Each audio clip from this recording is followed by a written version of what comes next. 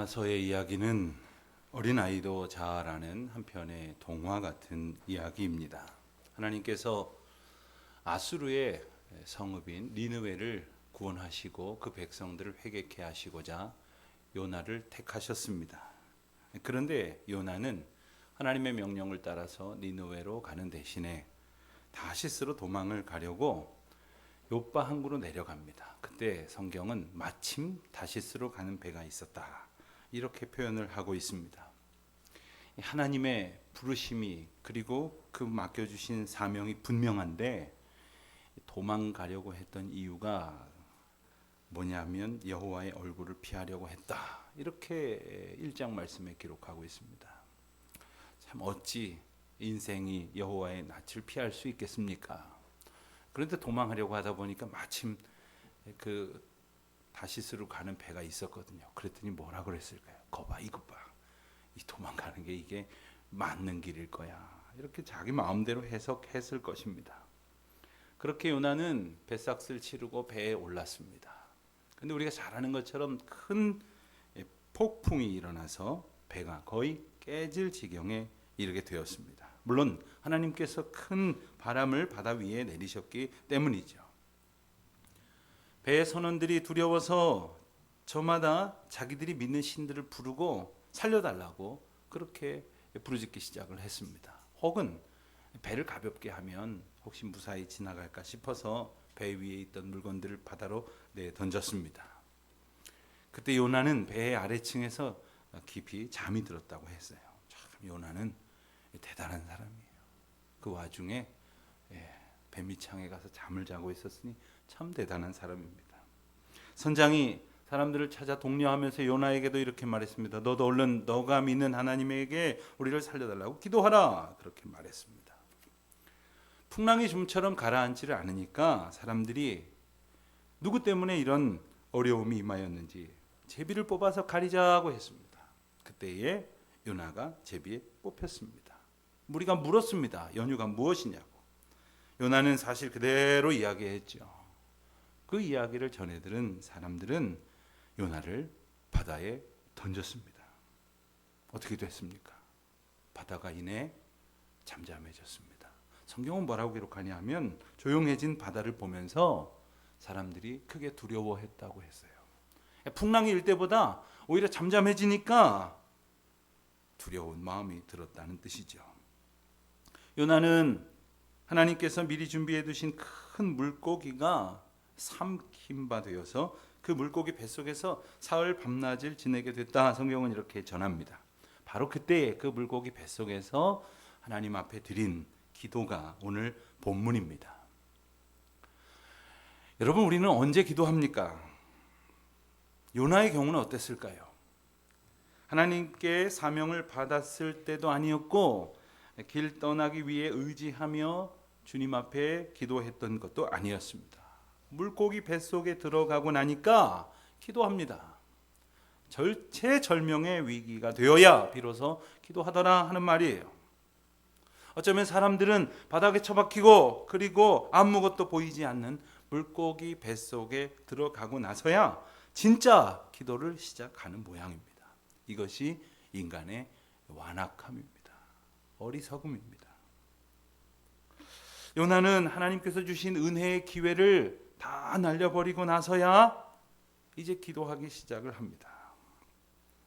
성경을 자세히 보면 하나님께서 요나에게 그 생각과 행동을 돌이킬 수 있는 기회를 여러 번 주셨습니다.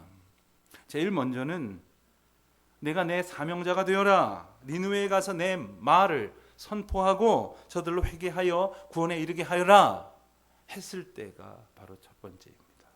또 두 번째는 도망하였지만 뱃속에서 폭풍우를 만나 다 죽게 되었을 때에 사람들이 저마다의 신들에게 기도하던 목소리를 듣고서라도 깨닫고 자신도 자기 하나님에게 회개의 기도를 아뢰을 수 있어야 했습니다. 그것이 또한 중요한 기회였지요. 선장을 통해서도 이야기하지 않습니까? 너도 내 하나님께 얼른 기도해라. 하지만 그 지경이 되었는데도 불구하고 요나는 회개하지도 않고 기도하지도 않았습니다. 세 번째는 이제 요나도 뭔가 이 문제가 자기와 관련이 있다는 것을 깨달았습니다. 제비를 뽑았잖아요. 사람들이 자기를 바다에 던지려고 했잖아요. 그때라도 회개했더라면, 그때라도 하나님 앞에 철저히 자복했더라면 모두가 그 어려움을 겪지 않았을 터인데, 나 몰라라 하면서 그 문제 앞에 직면하지 않았습니다. 그럼에도 불구하고 하나님께서는 요나를 포기하지 않으셨습니다. 하나님이 준비해 주신 네 번째 그 극적인 기회는 바로 물고기를 통해서였죠. 요나가 바다에 던져졌을 때에 물고기로 하여금 삼키게 하셨습니다. 요나는 자기 마음대로 도망하고 또 하나님의 역사하심을 모른 척하고 고집부리고 있었지만 하나님은 하나님 방법대로 요나에게 거듭하여 기회를 주시는 것이에요. 여러분, 만일 요나가 바다에 던져졌는데 큰 물고기를 하나님께서 예비하지 않으셨더라면 어떻게 됐을까요? 죽었죠. 뭐 어디 육지까지 누가 헤엄쳐 나갈 수 있었겠습니까? 그뿐만이 아닙니다. 오늘 본문 이후의 사건도 하나님께서 끊임없이 요나를 돌보시는 이야기입니다. 하나님께서 요나를 돌이키셔서 그리고 마침내 이방 성읍 니느웨로 하여금 회개케 하시는 놀라운 일들을 이루어 주시지 않습니까? 사람 같으면 이 패역한 녀석 그리고는 살려는 주시지만 혼을 낼지도 모르겠는데 다시 기회를 주시지 않습니까? 이것이 하나님의 사랑입니다. 큰 물고기로 하여금 요나를 토해내게 하신 후에 나중에 니느웨 성을 다니면서 회개를 촉구할 때에 요나는 아주 뜨거운 햇볕 때문에 아주 피곤하고 짜증이 났습니다. 그때에 큰 박넝쿨을 하나님께서 예비하여 주셔서 그늘을 만들어 주시기도 했죠. 그리고 또 다시 벌레를 예비하셔서 그 박넝쿨을 다 시들게 하심으로, 그리고 뜨거운 동풍이 불어올게 하심으로 요나가 다시 피곤하여 자기가 하는 일에 대해서 불평하고 원망했지만 하나님께서는 그에게 박넝쿨의 잎의 소중함을 알게 하심으로 하나님이 니느웨 성의 사람들을 얼마나 사랑하시며 구원하시기 위해 그 큰 사랑을 베푸셨는지를 요나로 하여금 깨닫게 하시는 거예요. 요나를 하나님의 사람으로, 하나님의 메신저로, 하나님의 사명자로 사용하시려고 얼마나 귀하게 붙드시는지를 보여주시는 말씀들로 가득 차 있습니다. 내가 너와 너의 백성들만 사랑하는 것이 아니라 저 큰 성읍 니느웨 백성들도 모두를 이렇게 사랑한단다. 그리고 무엇보다 너를 사랑한단다. 이 놀라운 은혜의 말씀을 들은 요나는 그럼에도 불구하고 그 귀한 사랑에 감사하지 않고 순종하지 않고 계속적으로 도망하려고만 했죠. 여러분, 인생이 아무리 멋대로 살려고 도망하려고 했어도 하나님께서 이처럼 강권적으로 보호하신다는 사실을 기억하십시오. 여러분, 물고기 뱃속에서 사람이 갇혀서 사흘 밤낮을 지냈다는 것이 상상이나 가십니까? 저도 생각을 해봤어요. 저를 삼킬 정도의 물고기라면 얼마나 커야 될까? 아마 여러분 삼킬 물고기보다 훨씬 커야 될 것 같아요. 아무것도 보이지 않았을 것입니다. 거기 뭐 등이 달려 있을 것도 아니고, 그야말로 인생의 무덤과도 같았을 것입니다. 그래서 요나도 스올의 무덤과 같다, 스올의 뱃속과 같다, 이런 표현을 하지 않습니까? 그런데 가만히 생각을 해보십시오. 물고기 뱃속에서 그대로 죽으면 무덤입니다. 그러나 만약에 거기서 살아나오면 어떻게 됩니까? 마치 어머니의 뱃속에서 살아나오듯이 생명의 근원이 되는 거예요. 거기서 사흘을 보내게 하십니다. 많은 것을 생각했을 거예요. 많은 것을 떠올렸을 거예요. 오늘 말씀에 보면 첫 절에 내가 받는 고난으로 여호와께 불러 아뢰었더니 주께 대답하셨고, 또 부르짖었더니 내 음성을 들으셨나이다. 이 기도의 시작이 이렇습니다.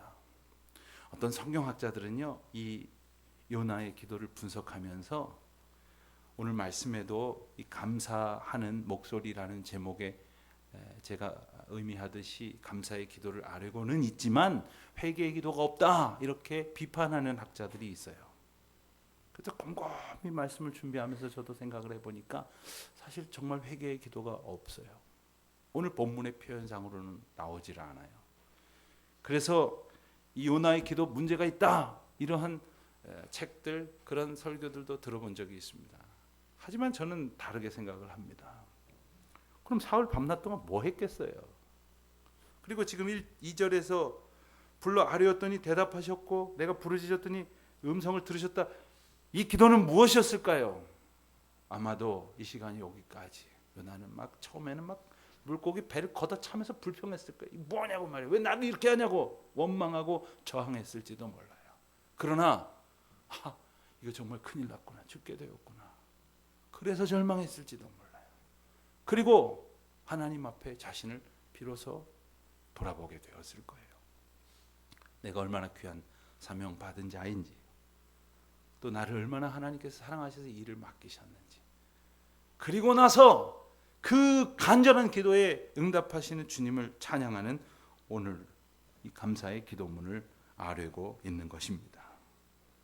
여러분, 일평생 가장 깊은 절망 속에 자기가 있음을 깨닫는다고 하는 것, 가장 큰 두려움을 느낀다고 하는 것, 그리고 죽음에 대한 극단의 공포를 느낀다고 하는 것은 어쩌면 요나에게는 놀라운 은혜의 시작이었던 것이죠. 오늘 본문을 보면 요나가 참 표현력이 풍부한 사람이다는 생각을 하게 돼요. 오늘 말씀에 보면 요나가 절망 가운데에 있음을 표현하는 여러 가지 그런 묘사가 나옵니다.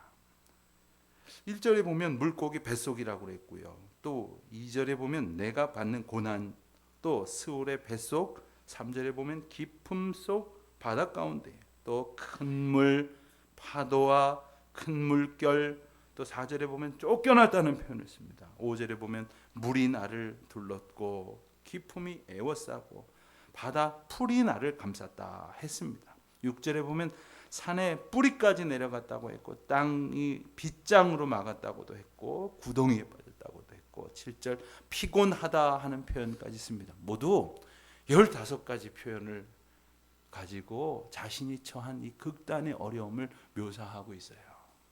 여러분, 이것은 이 어려움을 하나님께서 건져 주셨기 때문에 고백할 수 있는 거예요. 이 깊은 어두움 속에 절망 가운데 얼마나 괴로웠는지 우리가 이걸 다 짐작할 수는 없을 겁니다. 하지만 요나는 절망을 이겨내고 기도하기 시작을 합니다. 그래서 4절에 보면 내가 주의 목전에서 쫓겨났을지라도 다시 주의 성전을 바라보겠나이다 노래합니다. 요나는 하나님의 이름을 부르기 시작했습니다.